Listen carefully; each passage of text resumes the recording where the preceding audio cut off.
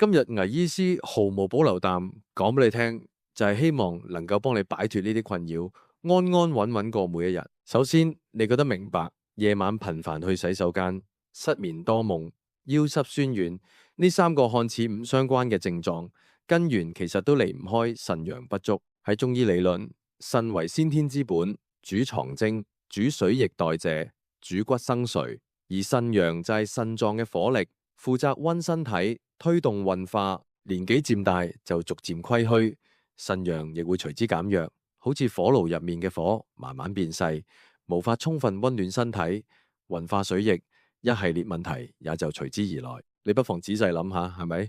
除咗呢三個症狀，仲好容易覺得手腳冰冷、畏寒怕凍，冬天尤其明顯。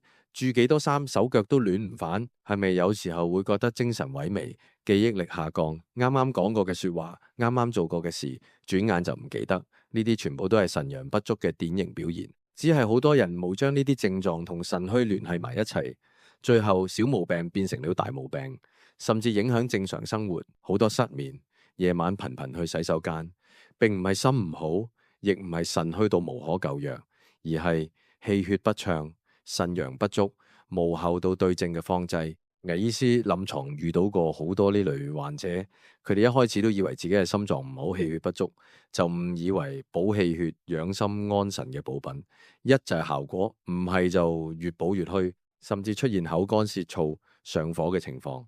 中醫調理嘅核心係辨證，只有治到根源，對症用藥，先至可以藥到病除。就好似種田一樣，莊稼生得唔好，唔係肥料唔夠，而係泥土出咗問題。只有先改良泥土，再施肥，莊稼先至可以生得茂盛。調理身體都係一樣，只有先提到症狀嘅根源，再針對性調理，先可以從根本上解決問題。而我哋今日講嘅呢個方子，就係專門針對腎陽不足引發嘅夜尿多、失眠、腰酸等症狀嘅對症妙方。簡單方便，卻能直擊根源，令你慢慢擺脫不適。講到補腎，好多人都會陷入一個誤區，覺得補品越貴，效果越好。一上嚟就食人參、鹿茸、冬蟲草，覺得呢啲名貴藥材先至可以補好腎。其實不用動物係以植物，不用助殺。人要的是你們使錢。你禿唔知，所謂補品唔單止補唔到腎，仲會加重身體負擔，甚至損傷脾胃，反而加重咗病情。後來我幫佢調整咗調理方案，改用溫和嘅藥食同源食材調理，再加上呢個肉桂搭配，堅持1個月，腰酸亦都明顯減輕，慢慢就能夠安安穩穩瞓足一整晚。肉桂就係一位非常好可以補腎、養脾胃、暖關節、益骨中之氣嘅藥材。今日要同你揭秘嘅，同肉桂搭配嘅呢一樣嘢，並唔係咩名貴要素，而係我哋日常生活中都能夠買到嘅普通食材——黑豆。你千祈唔好睇小呢啲平平無奇嘅黑豆，佢更加係補腎嘅黃金拍檔。同肉桂搭配埋一齊，就能夠起到相輔相成嘅效果。每日只需要煮一杯，前後唔超過10分鐘。堅持7日，你就能夠明顯感覺到夜晚起身次數減少，入睡變得容易。堅持15日，腰酸乏力嘅症狀會慢慢緩解。堅持1個月，夜晚起身、失眠、腰酸呢啲老毛病，基本上就能夠全部消失。肉桂每次用量為3到5克，黑豆每次用量為15到20克。接下來步驟非常簡單，清洗材料。將準備好嘅肉桂、黑豆放入清水中，輕輕沖洗乾淨，去除表面嘅灰塵同雜質。黑豆可以提前用清水浸泡30分鐘，藥效亦都能夠更好地發揮出嚟。肉桂唔需要浸泡，洗乾淨就可以。注意清洗嘅時候唔好用力揉搓，以免破壞肉桂嘅表皮，導致藥效流失。之後將洗乾淨嘅肉桂、黑豆放入煲入面，加入500到600毫升清水。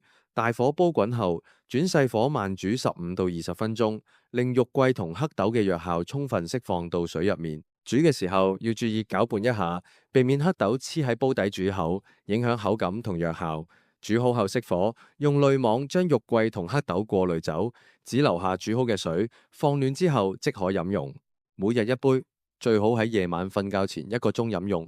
咁樣既能更好地發揮補腎助眠嘅功效，又能避免夜間去廁所太頻繁影響睡眠。煮嘅時候唔好加任何調料，例如鹽、糖、蜜糖等，保持原味即可。